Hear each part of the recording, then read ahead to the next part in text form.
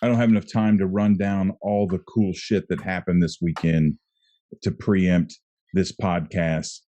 It was one of the best weekends of football I've ever seen, and I won't tell you how long I've been watching football.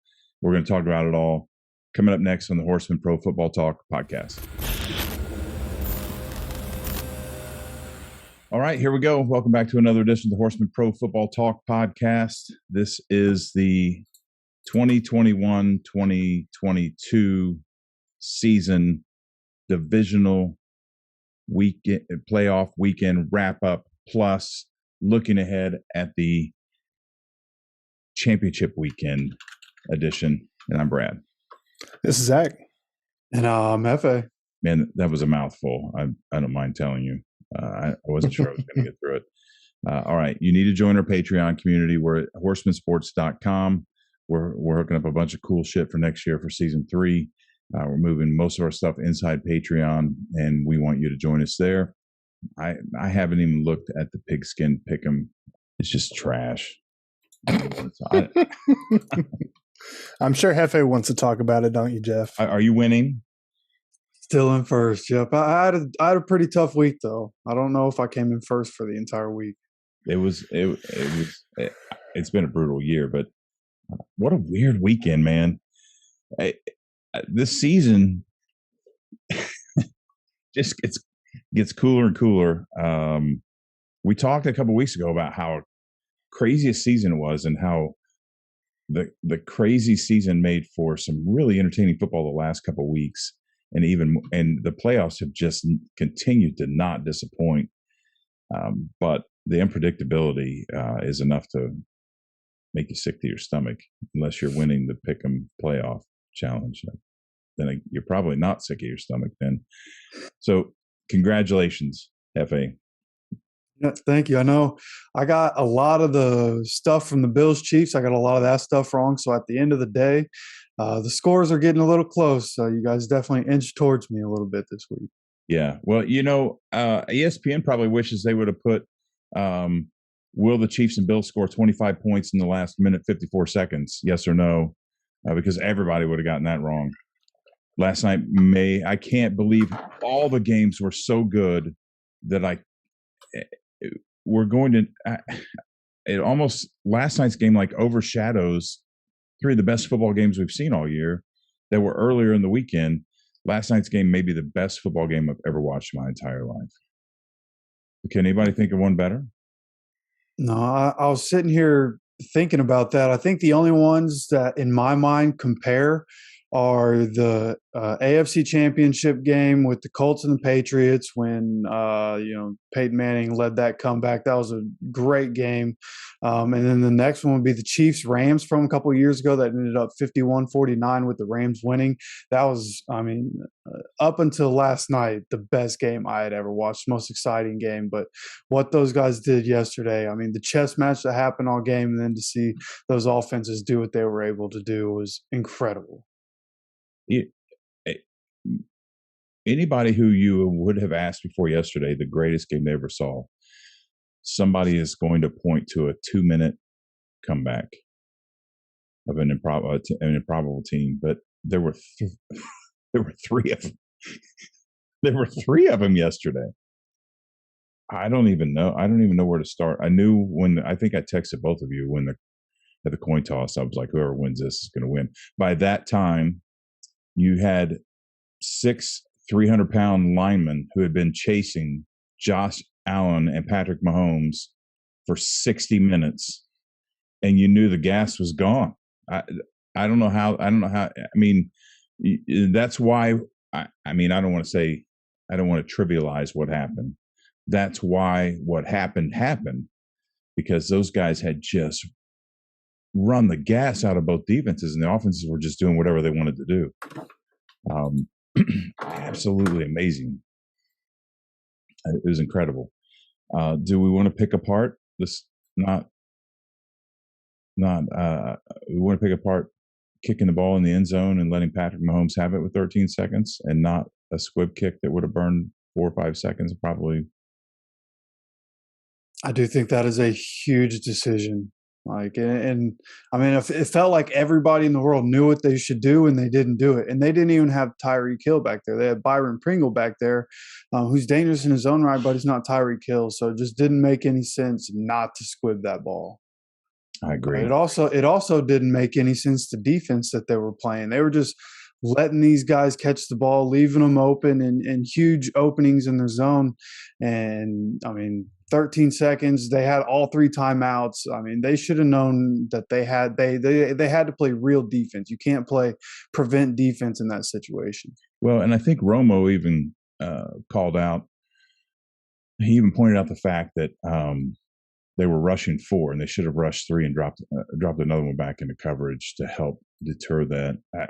The problem is everything's happening so fast, and you're just making decisions, and that's what they get paid to do. I get that whole thing. That's easy for people like us to say. Just what an amazing game, and I said last night as we were sitting here watching it, I said the way these two teams are playing. This is probably somewhere about.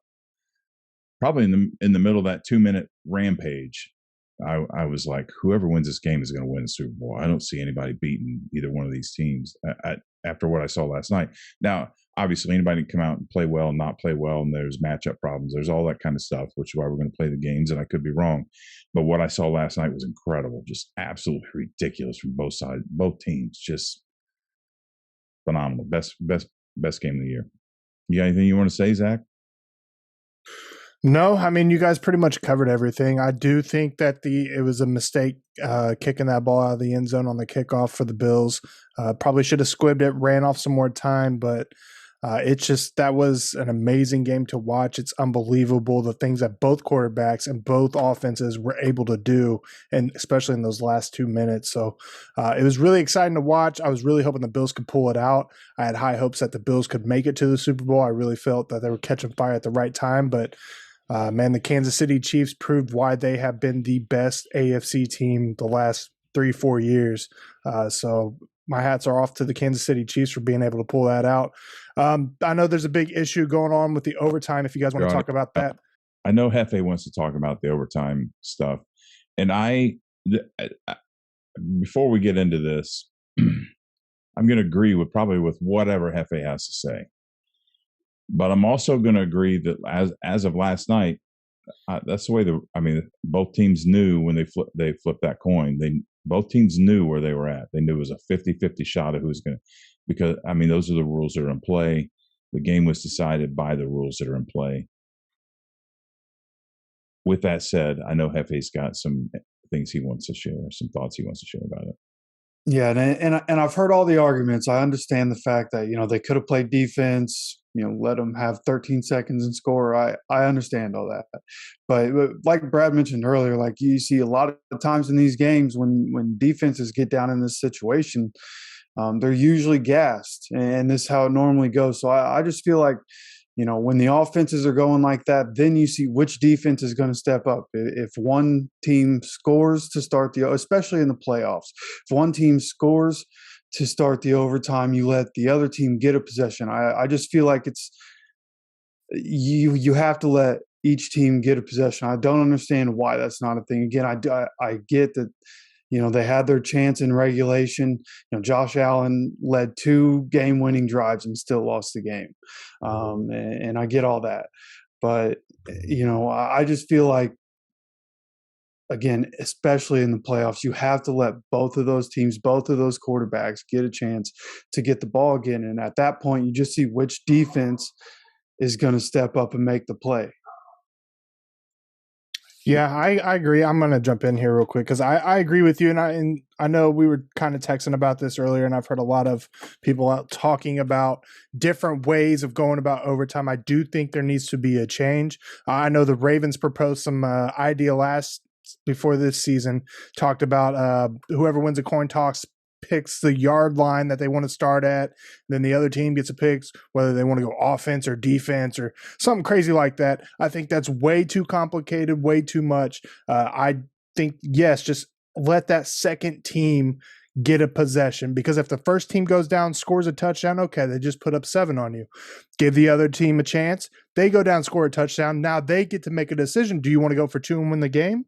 Or do you want to take the extra point knowing that after that possession will be sudden death? So at least the second team has a chance to score a touchdown and make a decision and play the game out that way, rather than just whoever gets the ball, if they go down, put up a touchdown, the game's over. I think that's a little too quick, a little too much. I do think that this game in particular will bring about a rule change. I don't know if that will happen this year, but hopefully they just keep it simple. Just give that other team 1 possession, and that will take care of all the issues coming from this game, because who knows what would happen. I mean, Josh Allen, I don't know how many drives in a row Josh Allen scored a touchdown this last game, but say he went down there and scored a touchdown too. Like, this game could have just kept going and would have been even better. 145 to 142 and finish at 3 a.m.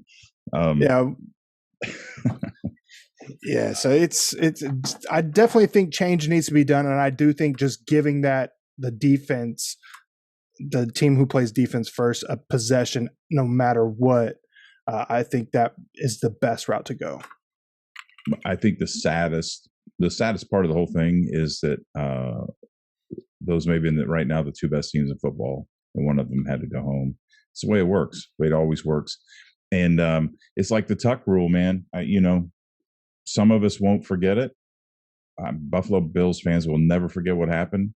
But in 20 years, nobody will care. They'll only talk about who won the Super Bowl. It's kind of the way that things work.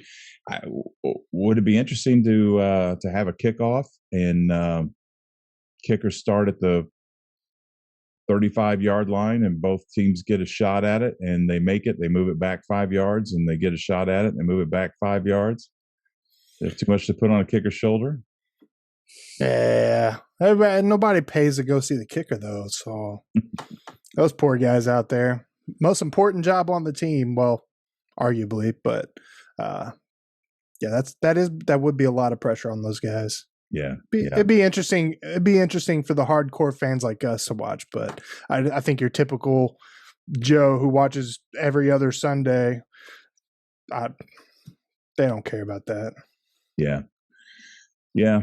Well, it's too bad. It's too bad the Bills went home. They certainly had a Super Bowl caliber team. And if there's one thing's for sure, if there was anybody out there who, at the beginning of the season this year, it's not that I really doubted Josh Allen. I just didn't put him in the upper echelon.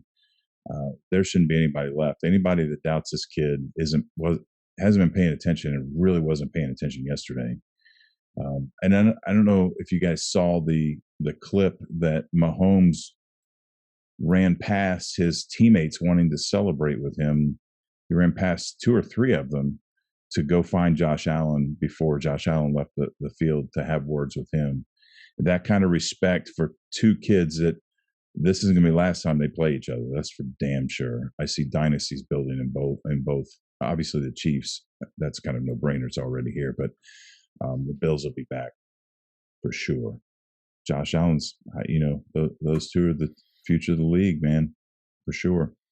Yeah, a lot of talk last night about this being the next Brady Manning type rivalry happening in the league, and sure seems that way. And Joe Burrow and Justin Herbert are a couple of guys. Lamar Jackson, a couple of guys that are going to have something to say about that. But the AFC is going to be stacked with quarterback talent for a long time. Yeah, we may see an AFC run here over the next 10 to 15 years. That's a great point. And I saw somebody say that this is the first time in 12 years that a conference title game didn't have Rodgers or Brady in it. And I want to take that a step further. If we throw in a Manning, are we going back to 2000 and to before 2002? I mean, I don't know. A long time. A long, long time that 3 guys pretty much ran the gambit and did what they wanted to do. And I think that's what we're seeing with these guys here. Unfortunately, they're all in the same conference. So I don't know, maybe contracts go up, they jump some of them jump conferences so they don't have to play against each other. Yeah, like Aaron Rodgers going to the AFC. No, I know what you want. I know exactly what you want, dude. Okay. I want it too. It makes sense. It makes sense until you realize where he wants to go, where he wanted to go when he came into the league, where he's from, and who needs a quarterback despite the fact they're in the NFC Championship game. I don't know. I think Kyle Shanahan over the last quarter of the season has sounded like Trey Lance is going to be their guy next year. He said he's looked really good. Fair enough. I don't have a counter. I really don't have a counter for that. It makes great sense. So maybe Indianapolis.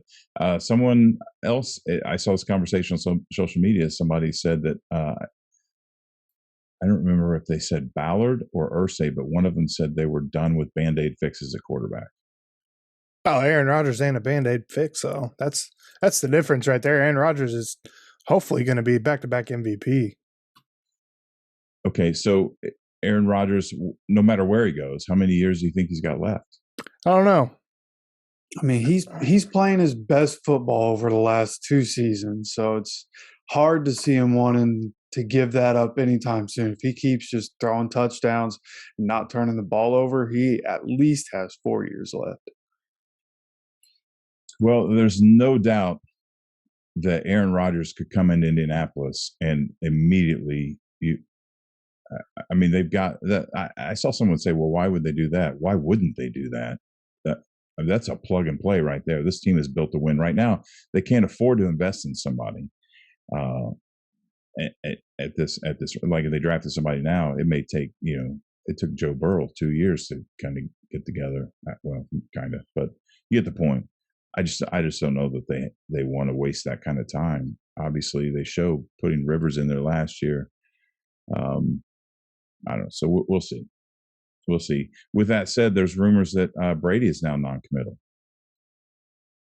I found that really, really interesting. Yeah, did not expect that, especially as a report before that game.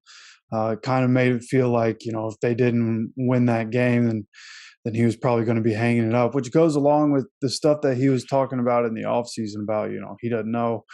He feels like he could play until he's 50, but he doesn't know if he wants to because he's already missed so much time with his family and whatnot. So I feel like it's something he's definitely thought about. He obviously downplayed it in his press conference, but feels like it's something that he's definitely been thinking about this season. Well, we could go back to the fact he said earlier in the season that he wanted to play till 50. It could have just been flapping his gums. I would imagine, like anything else, I mean, these guys, they devote so much time to their craft. It just dominates their entire existence. And I can certainly see that's why a lot of guys leave way before where Brady's at. They just get tired of putting the work in. And I can see that changing on a dime. A guy just wakes up one morning and thinks, what in the hell am I doing, man? So we could speculate, if his relationship with Arians is soured any, but we don't have any of that information. It's too weird to see him go. Nice. Do what? That'll be pretty nice to see him go. Good riddance, sir. In other news, Joe Burrows has won twice as many playoff games this year as Dak has total. So there's that. Do the Bengals have a chance against the Chiefs? Yeah, they already beat them once just a couple weeks ago. They didn't beat the Chiefs I saw last night. They didn't beat the playoff Chiefs. And I mean, I don't want to exaggerate, and I'm not saying the Chiefs are going to roll to victory. I'm just saying that team we saw last night, that's a team ready to win a Super Bowl, and there's no shit about that. But the Bengals, I can't get a grasp on them because they have exceeded my expectations all year long, despite the fact that I keep raising them. And I'm constantly waiting for that other shoe to drop. I just don't know if they're legit enough to make this run, but damn, all I got to do is win one game. and they're in. No, I disagree. I think the Chiefs that we saw last night is the Chiefs that we've seen since the beginning of the second half of the season. The Bengals snapped their 8-game win streak when everybody was talking about, the Chiefs are back. They were hanging 40, 30 points on every single team they were playing, and then Cincy took them down. Granted, it was 34-31 at home, but still, I think the Cincinnati team is legitimate. I think they are more than capable of beating the Chiefs. Do I think they're going to? I don't know. We will get to that here very shortly. But I think they are capable of getting it done. They're legit. And I don't know if you guys remember last year when there were a few times we talked about the Bengals. And although they were a horrible team, we knew how bad they were. And this was before Burl got hurt. We saw and talked about how dangerous that the Bengals were, that they could just out of nowhere come in and just beat any team. Well, here they are now in the AFC Championship game, and I still believe that they can beat any team, including the Kansas City Chiefs team that we just saw last night, because this Bengals team has confidence. They have nothing to lose, and they have Joe Burrow, and Joe Burrow is that dude right now. I can't argue with any of that. I know they stunned the hell out of Tennessee.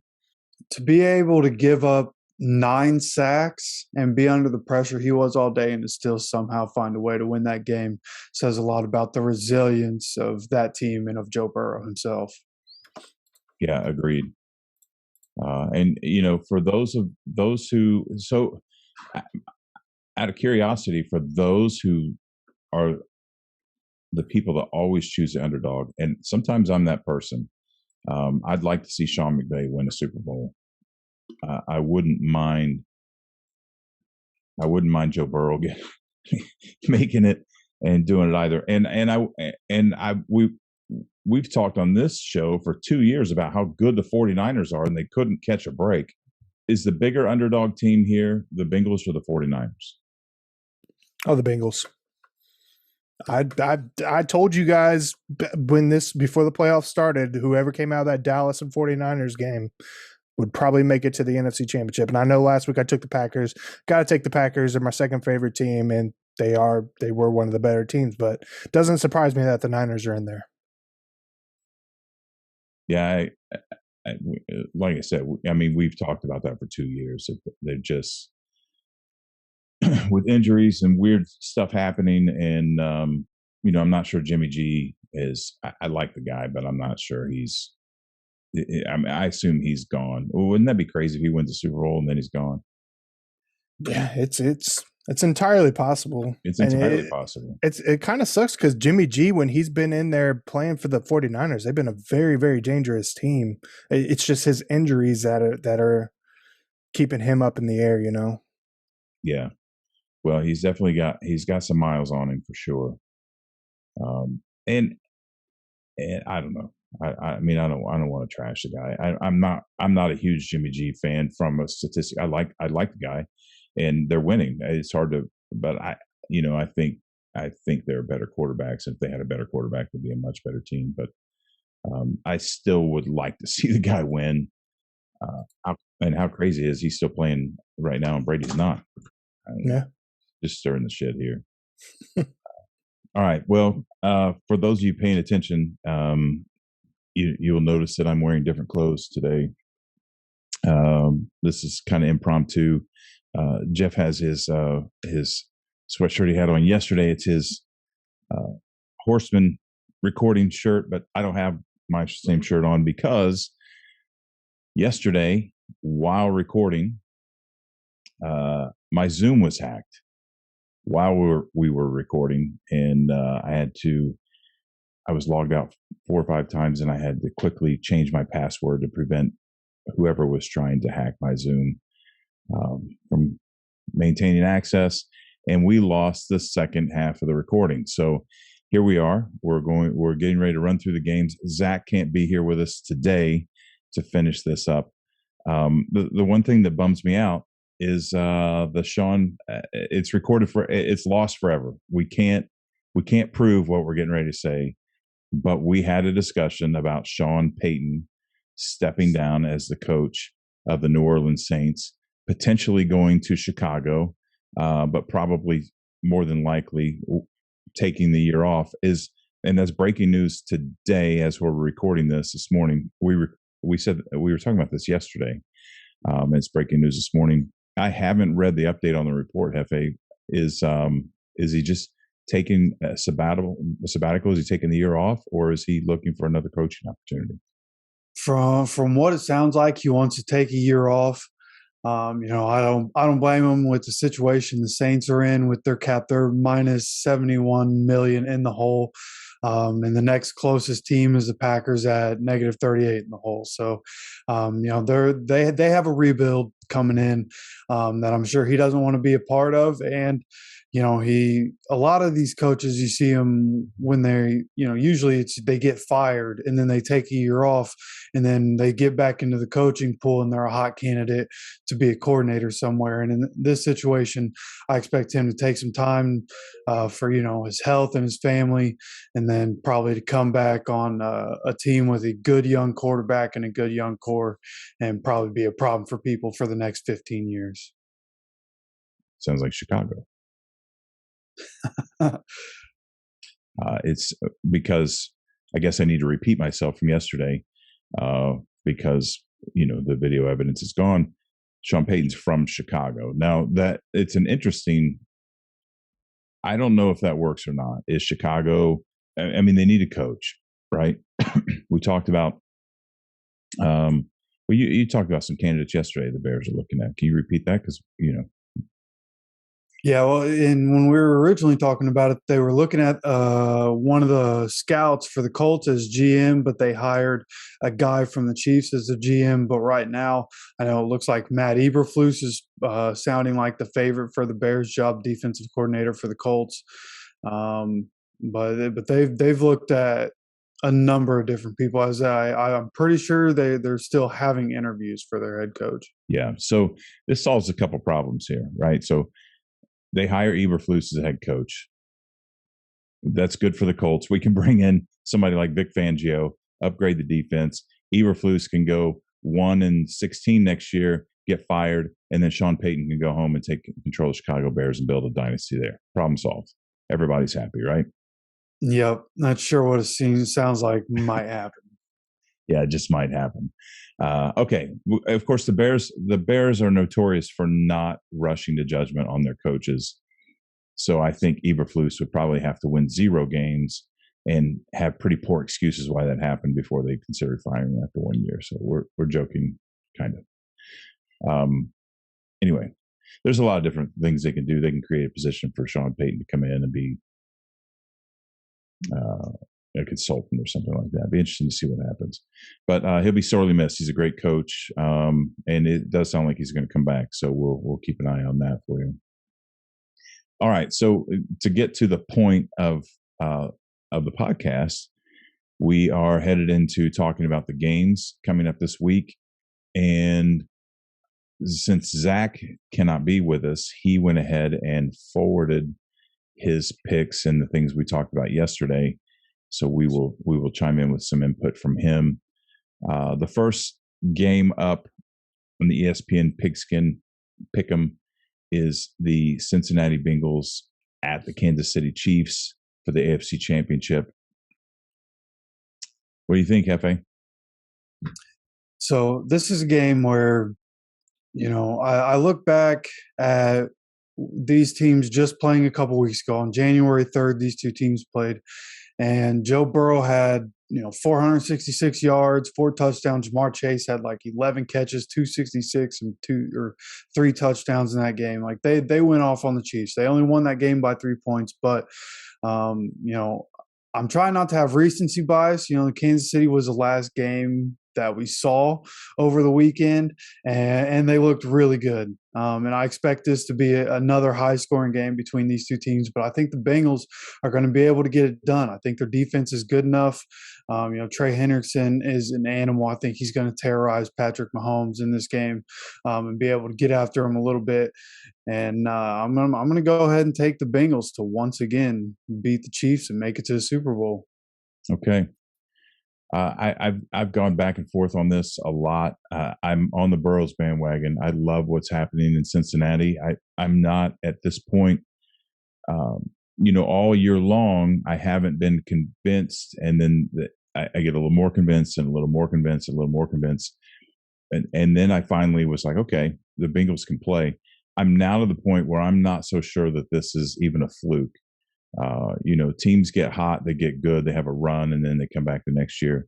The Bengals, we maybe see a mini dynasty. I don't want to call it a dynasty yet, but we may be seeing a really good team evolving here that will be a factor in the years to come. But I think that inexperience and that youth, I just can't, in Arrowhead against Andy Reid and Patrick Mahomes, and they did look so good. The Bengals did too. I just think experience is going to win out here. But I would like to say I'm not naive.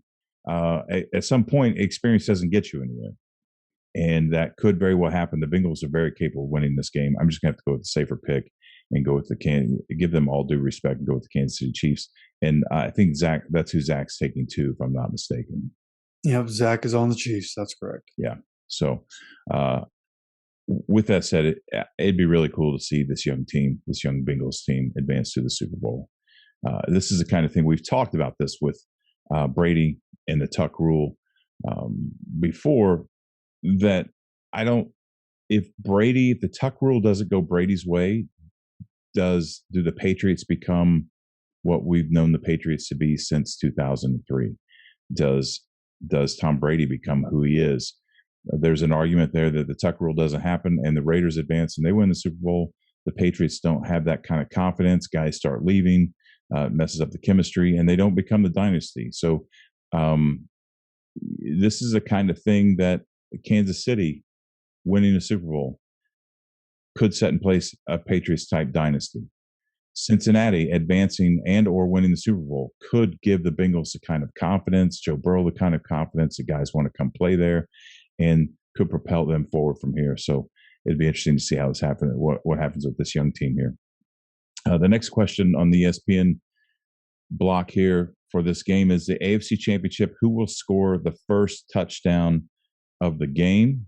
I think Zach picked Tyreek Hill. Yes, he did. Yeah, and I did too.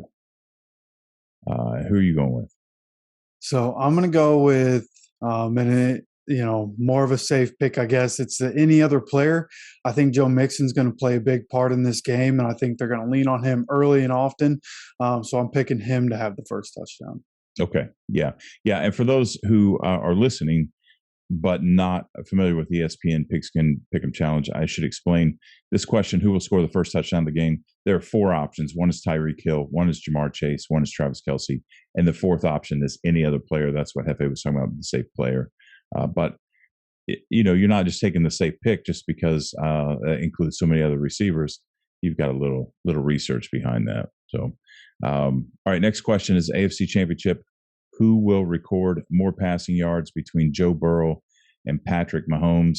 This is a great debate right here. Yes, it is. Because you can't be wrong with either argument, because both these quarterbacks have the ability to throw for over 400. Yeah, for sure. And this really comes down to, I think you might have mentioned this yesterday, so I don't want to take full credit for this. This is going to come down to defensive schemes and who has to run the ball more to keep their offense moving, which I think yesterday you mentioned the Bengals might have to do that. Did I remember that correctly? Yeah, that's right. I think the Bengals are going to come into this game using Joe Mixon to control the clock and keep the Patrick Mahomes offense off the field. Yeah, makes sense. So I don't remember who I picked yesterday, but I'm taking Patrick Mahomes off your advice today. Yeah, and I know Zach's taking Patty Mahomes too, but I'm actually going to go with Joe Burrow here, which I know is counterintuitive to Joe Mixon running the ball. But again, I think the Bengals have a good defense, and I know Patty Mahomes had over 300 yards on the number one scoring defense in the league, and that's a fair argument. But in the last game against the Bengals were able to hold him to, I believe it was 285 yards. So I think Joe Burrow can get over the 300-yard mark because he'll probably have a huge touchdown to either T. Higgins or Jamar Chase at some point in the game. Okay. All right. Well, next question is AFC Championship. Will Joe Burrow and Patrick Mahomes both record 2+ passing touchdowns? Anybody that thinks there won't doesn't have any idea what the hell's going on. This could be a 52 to 51 game with 1,000 yards offense here. I expect there to be multiple touchdowns. So, yeah, I wouldn't be surprised if both guys get to 3 touchdowns in this game. No, me either, or 4. Yeah, or 4. All right, AFC Championship. Who will record more receiving yards between Jamar Chase and Tyreek Hill? What do you think? So this one was tough because both of these guys are just a walking big play waiting to happen. But I'm going to go with Jamar Chase. I think the Bengals found something in that Chiefs defense in the first matchup. They were able to exploit it. Jamar Chase had 2 touchdowns for over 50 yards in that game. I think he'll be able to do that again here. So I'm going to take Jamar Chase. Yeah, and Zach's going to take Tyreek Hill. And, given this a lot of thought, Mahomes, not that Burl doesn't have weapons, but Mahomes has so many different people he can throw to, and spreads the ball around so evenly. I have to think that Jamar Chase, not obviously Tyreek Hill could win this matchup as this question's posed, but I think the odds are in favor of Jamar Chase for that reason. So I'm going to take Jamar Chase. All right, next question is the AFC Championship, over under 79.5 receiving yards by Travis Kelce. Zach's going with the under. What do you think? So I think this is going to go over. If you look at, I believe it's now 7 playoff games in a row, Travis Kelce has over 100 yards. Can't remember if he got over 100 on that last catch against the Bills. But when it's playoff time and it's crunch time, Patrick Mahomes is looking at Travis Kelce and Tyreek Hill. And I don't know if you heard on that on the 13-second drive, the play where Travis Kelce, went up and found the opening in the zone and got him into field goal range there. Travis Kelce told Patrick Mahomes, "I'm not going to run the route that was called," and that's the kind of chemistry those two have when it matters most. So when it comes down to it, I think Travis Kelce gets over 80 yards. Yeah. I'm going to go with the under simply because of the distribution of the ball, like I talked about. If he's got that many yards over 100, he's probably looking at a game where he might not. That's terrible logic. It just gives me a reason to make a choice. But I want to what you were talking about with Kelce and Mahomes. I want to, anyone who's listening who has not seen the video, it's a pretty cool video. When Mahomes is calling the signals and you hear him yell, "Do it, Kels, do it, Kels." Because he saw exactly what Kelce was talking about with not running that route and running up the seam and picking up that huge first down to give them the opportunity to kick the field goal. So it's pretty cool to watch that.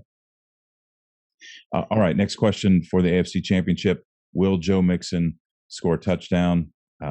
Again, I don't know. Is anybody going to answer no to this question? That's what we need to do. Yeah, I feel like it's kind of silly to answer no to this question. Yeah, and I think we all answered yes to this question. All right, so which team we're getting ready to transition into the NFC Championship. So this question pertains to both the AFC Championship and the NFC Championship. Which team will record the longest offensive play this round between all 4 teams, the Bengals, the Chiefs, the 49ers, and the Rams? What do you think? So, I was already talking about with Jamar Chase. I think they'll be able to hit the big play again. So that for me is going to be my pick. I think Jamar Chase and Joe Burrow get it done. Okay. So you're taking the Bengals with Jamar Chase and Joe Burrow. Zach's taking the Rams. He mentioned yesterday Cooper Kupp in this segment. He expected him to make the big play. And I'm still just in awe of watching Tyreek Hill on Sunday night, and I'm going to take the Chiefs with the big play on this one. And any four of these teams are capable of winning this question, but especially those three that we discussed. Can't go wrong with picking any of those, I don't think. And somehow, some way, it'll end up being the 49ers. Probably. Yeah, exactly. 99-yard run from scrimmage or something. Okay, so NFC Championship game. Who do you got going head to head? So in this game, it's tough to pick. I keep going back and forth because it's been 6 straight that the Niners have beat the Rams. So it's hard to pick the Rams here. But I think they'll get it done. You know, when the games have mattered the most here in the playoffs, we've seen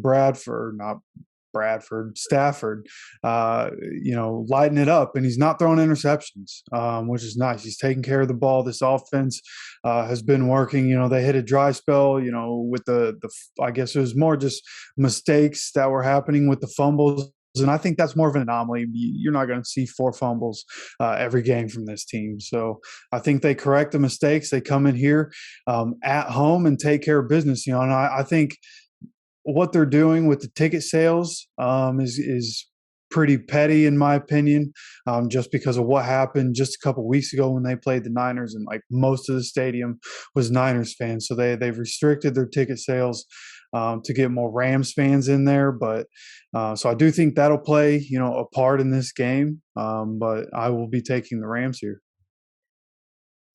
Okay. Zach is also taking the Rams. And I don't really remember what he said, why. Your point about the Niners having, what'd you say, the last 6 meetings? They've won the last 6, yep.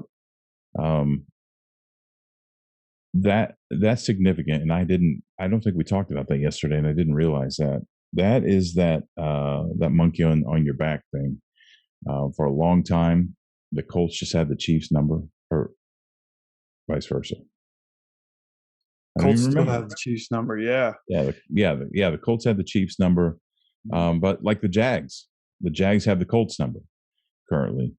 For a long time, it was the Patriots. So there's always that one team, usually in your own division, that for some reason they just get it done. And in a big game like this, man, that's pretty scary. I think it all comes down to Jimmy G, don't you? Yeah, I think so too, especially against this defense with the kind of pressure he's going to be facing from that defensive front. You know, Von Miller's been, you know, prime Von Miller again, and obviously Aaron Donald, Leonard Floyd. But then on the backside, you have to worry about where's Jalen Ramsey. You have to worry about where's Eric Weddle. He's looked very good coming out of, 2 years of being retired just to play in the playoffs. Right. He's looked really good. So, it's going to be a big Jimmy G game. Does he make the mistakes? A lot of people have been talking about how the balls that he throws outside of the numbers are very catchable for defensive backs. So that'll be something to look for in this game. Yeah, and I think that's a lot of pressure for a guy, been under a lot of scrutiny with the trade from New England. They really haven't. He hasn't overachieved by any stretch in San Francisco. The last 2 years, because of injuries and some other things, they've just kind of been middle of the pack, and they're surging all of a sudden. And then I think this entire game really rests on how he plays. I think if he plays well, the 49ers are going to be really, really tough to beat.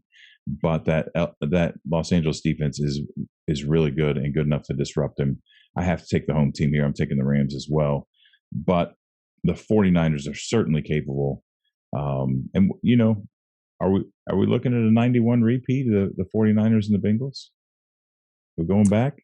Yeah, a lot of people have been talking about that. I wouldn't be surprised if it's the Niners. Again, with the 6 straight meetings, Shanahan just has the number over both LaFleur and McVay. They were all on that Washington coaching staff, and Shanahan just continues to shit on both of them every time he plays them. Yeah. Well, Shanahan's got a lifeline to the old man too.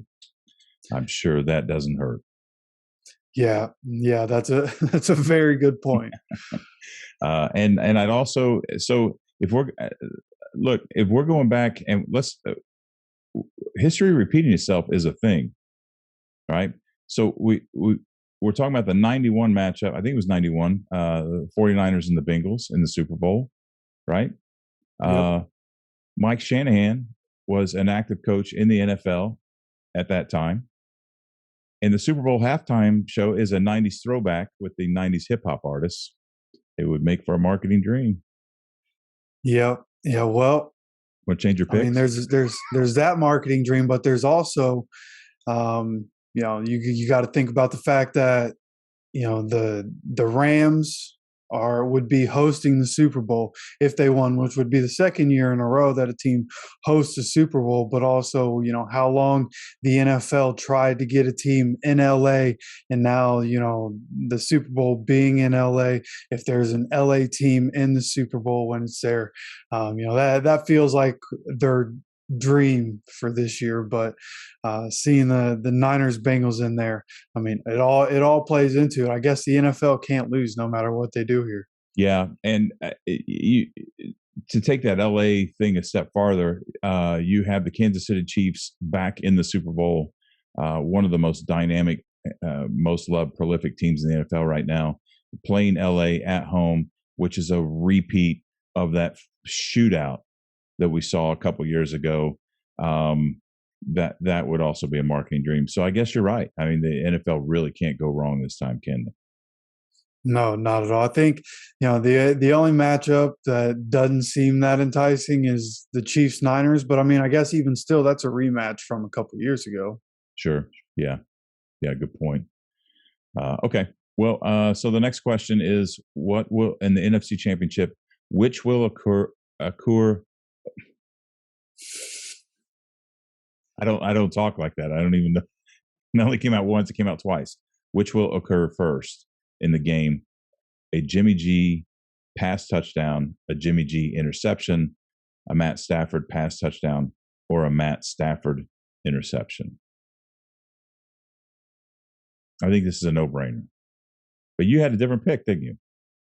Yeah, I think so. I can't remember if you and I had different picks or not. I'm taking the Matthew Stafford touchdown on this one, passing touchdown on this one, because I feel like even if the Niners get the ball first, they'll probably get a rushing touchdown. That's what they do when they get inside the red zone. They'll find a way to get a rushing touchdown with Debo or Elijah Mitchell or one of those guys. So I think Matt Stafford passing touchdown seems more likely. Yeah, I do too. That or a Jimmy G interception. Sadly, I don't, really want to punk on the guy. But now Zach, on the other hand, he chose the Jimmy G pass touchdown. He thinks that the Niners are going to win the coin toss, and they're going to make a drive, and Jimmy G's going to pass for a touchdown. It's a bold strategy, Cotton. Let's see how it plays out. That they lose the coin toss, and then it's like the Bills thought they were going to win the coin toss the other night, and we see where that's at. They're going to be watching this weekend as well. But all right, so NFC Championship, who will record more rushing yards, Elijah Mitchell or Cam Akers? So for this one, I thought Cam Akers has looked great coming back. It was preseason when he tore his Achilles. He came back for the postseason. He's looked good, but Elijah Mitchell is a huge part of this offense. He's been one of the best running backs in the league all year long, and you have to imagine that Kyle Shanahan is going to be using Elijah Mitchell and Debo Samuel to run the ball a bunch to keep the Rams offense off the field because they're so prolific and can score so quickly. So to keep them out of rhythm, I think Elijah Mitchell has 125 yards or so in this game. So I'm going to take him. Yeah, I'm taking him for the same reason. And Zach is also taking Elijah Mitchell. Okay, so the NFC Championship, who will record more receptions, George Kittle or Odell Beckham? So for this one, I look at what Odell Beckham has done week after week in this offense. He seems like a more pivotal option in this offense, especially if teams are going to try to key in on Cooper Kupp, that's going to leave more opportunity for Odell to win his one-on-one matchups.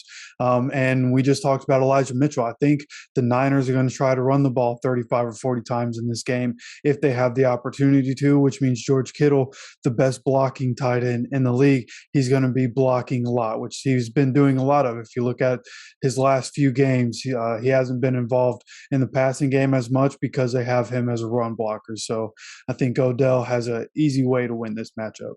Yeah, I do too, and I agree with everything you said. And to add to that, Odell has not only become prolific, but he's been increasingly prolific. His numbers are going up every week, which means he's becoming more confident, more familiar, and Stafford's becoming more familiar with him. The chemistry is brewing, and there's no reason to see that trend changing anytime soon, which means he may be better this game than he was last game, and that's hard to argue with. So I'm picking Odell myself. All right, NFC Championship. Will Cooper Kupp's longest reception be over under 30.5 yards? Again, is there anybody that's going to pick under on this? Yeah, that's what I was thinking too. He not only was a triple crown, he led in yards and catches, but he also led in yards after the catch this season. So, he's just the king of all wide receivers. You got to expect he's going to get that. Yeah, agreed. Okay, NFC Championship. Will Deebo Samuel record 50 plus receiving yards and 25 plus rushing yards? So this one's tough because I think there's a good chance Deebo gets over 50 rushing yards in this game. But I don't know if he'll be able to get to 50 receiving yards. I guess if the Rams get up in this game and they're actually passing the ball more, I guess that becomes easier, and that very well might happen. I'm going to take the yes on this one because it's Deebo, and he's such a good weapon to have, and has a knack to find that open space like the elite players do. So I'm going to go ahead and take the yes, but I wouldn't be surprised if I'm wrong here. Yeah, I agree. I think the odds are the Rams could get up very early, and the 49ers are going to have to go the passing attack, and that would obviously give Deebo Samuel that chance to pick up those receiving yards. So I'm choosing yes on this one as well. And Zach also chose yes. All right. So last question on this is the NFC Championship. Who will record more sacks between the 49ers and the Rams? I'm going to jump in here, and I got to go with the Rams. Yeah, I'm going to have to agree. The thing that gets it for me is that, which front forward do I like more? It's the Rams. In the 49ers only rush four. Most downs, they're just rushing their front four. And whether Whitworth is back, not sure if he's going to be able to be back, but his backup just did a great job on Jason Pierre-Paul against the Bucks. So not really worried about the Rams offensive line against that front four, but the Rams will send some blitzes. They do some exotic stuff. Raheem Morris is not afraid to blitz the quarterback, and they have Von Miller, Leonard Floyd, and Aaron Donald to cause havoc. So I think the Rams have to be the obvious pick here. I agree. I completely agree. And getting your hands on Stafford is almost impossible. So I'm going with the Rams defense. But Zach, however, is going with the 49ers defense. So interesting. Yeah, we don't have any explanation why. I don't remember. Sounds like I got some games to make up. Yeah, could be. Now, something I didn't bring up yesterday before we go that I want to bring up today, and I wish Zach were here. I want to talk a little bit more about this Miami Dolphins coach thing. Just as quickly as I became a Dolphins fan, moving to Florida, and then they hired. I think I've talked about this before. I won't beat this to death. When I was a kid, living in the frozen cornfields of Indiana, watching football on Sunday in the 80s, Dan Marino was playing, and it's frozen outside, and Dan Marino and everyone in Miami is attending in shorts and T-shirts to the football game. I dreamed of living in Miami and being a Dolphins fan. I now live in Southern Florida. When I moved here, I'm still a Colts fan, but I picked up on the root to root for both the local teams, the Bucks, before Brady got here. I need to add that, and before Brian Flores got to Miami. So when Flores got here, we've talked a lot about it. I really liked what he was doing, and I think Stephen Ross made a huge mistake firing Brian Flores. I mean, a huge mistake. I think it may be one of the dumbest mistakes I've ever seen since Jerry Jones let Jimmy Johnson out of his grasp. I mean, I don't want to put Flores in the same boat with Jimmy Johnson just yet, but this ship was headed in the right direction. And we talked about, and I know you're shaking your head. Yes, I know you agreed with me on previous podcasts. We talked, and I know Zach did too, that we all feel this way. When we talked a couple of weeks ago when it happened, we talked about we really didn't know why. Stephen Ross tried to say that Flores was hard to get along with, and we were like, this sounds like it has a quarterback controversy attached to it. It's now come out that Stephen, all but come out. I think they're still trying to PR spin this. It has really come down that this has come down to Tua. That Flores didn't want Tua. He didn't think he was the direction they needed to go. And Ross is committed. This is some Jerry Jones bullshit right here. This is what destroys organizations. And they're trying to spin it. I see all kinds of articles pop up on social media out of Miami where they're trying this whole PR spin. They're doing, look, I don't think Tua is the guy. You don't think Tua is the guy. Zach doesn't think Tua is the guy. And we do think Flores is a guy. And Flores doesn't think Tua is the guy.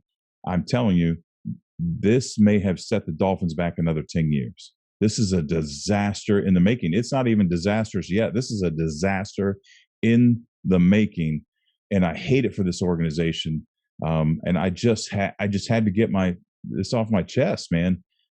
This is bullshit. The Dolphins fans deserve better. The Dolphins players deserve better. I don't know. What, you got anything you want to add to that? I just think it's tough because I feel like the GM there has done a decent job of acquiring young talent, like Jalen Waddle, very good. There's some guys on that defense that are good young players.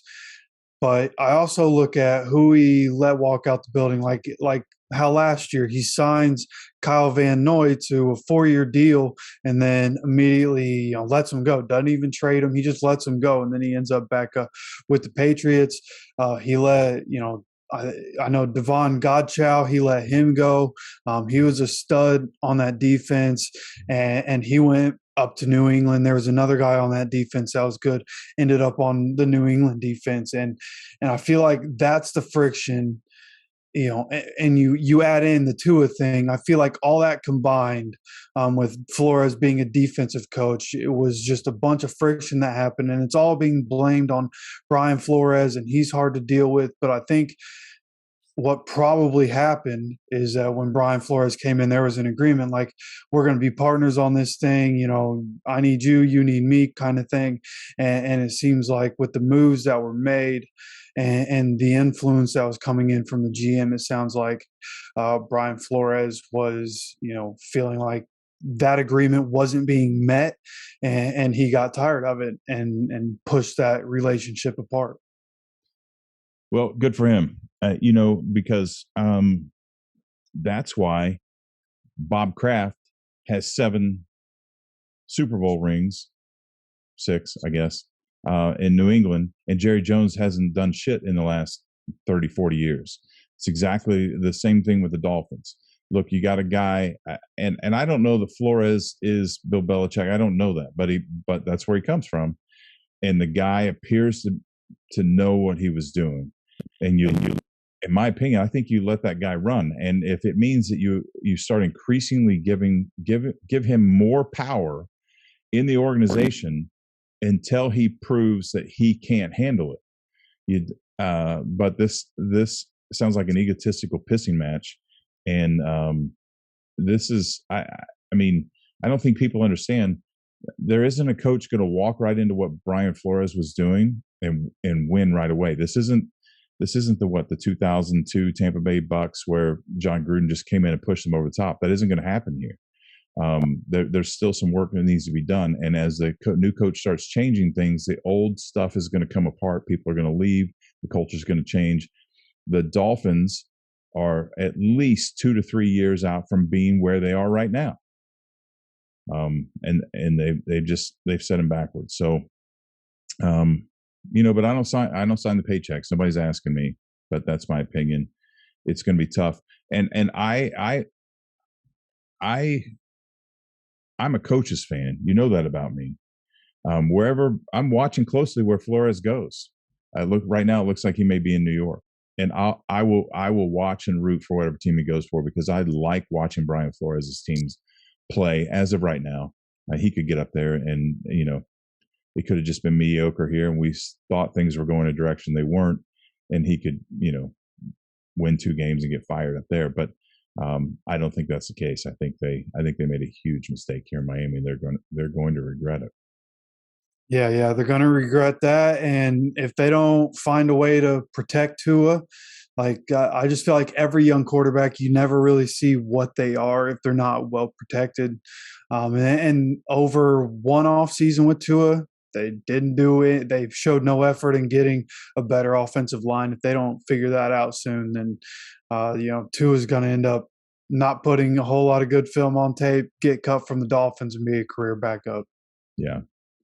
Well, there's one thing in the NFL: good coaches last longer than good players on average. That's all I have. And always will. And always will. So, all right, cool. Well, anything else you want to say before we go? Nope. I think that's it. I wish I would have had time before we recorded this to be able to watch the Aaron Rodgers interview, but haven't had a chance to watch that. We'll have to talk about that next week.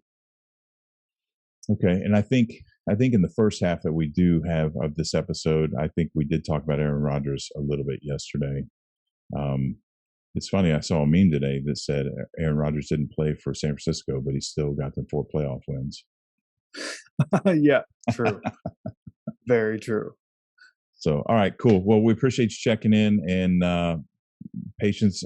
Thank you for your patience for the disruption of the episode, which you probably wouldn't have even realized had we not said anything. Of course, they'd have been like, why is that dude changing clothes? But anyway, appreciate you checking in as we wrap this up. We will be back next week to recap the AFC NFC Championship weekend and look ahead to the Super Bowl. We appreciate you checking in, and hope you enjoy the games. Deuces.